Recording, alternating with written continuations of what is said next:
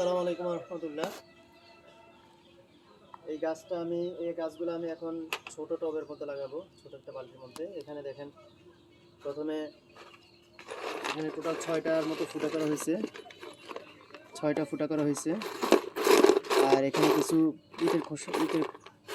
ইটের খোয়া দিছি, যাতে ড্রেনেজ ব্যবস্থা যাতে ভালো হয়।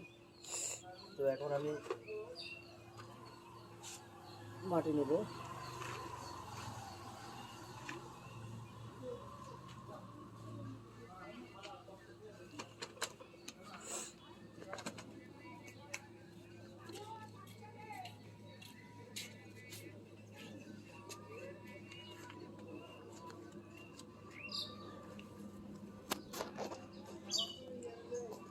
এই গাছটা আমি লাগাবো এখন।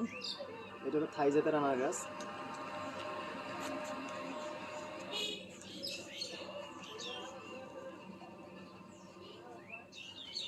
বিসমিল্লাহির রহমানির রহিম। একদম মাঝামাঝি বরাবর লাগাবো।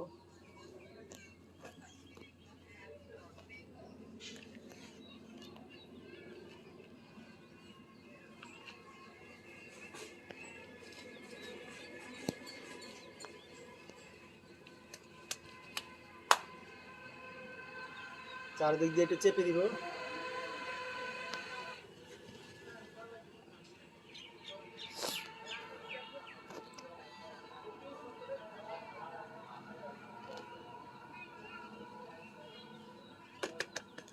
যেহেতু বৃষ্টি হচ্ছে, এই জন্য আমি এটার মধ্যে পানি দিব না।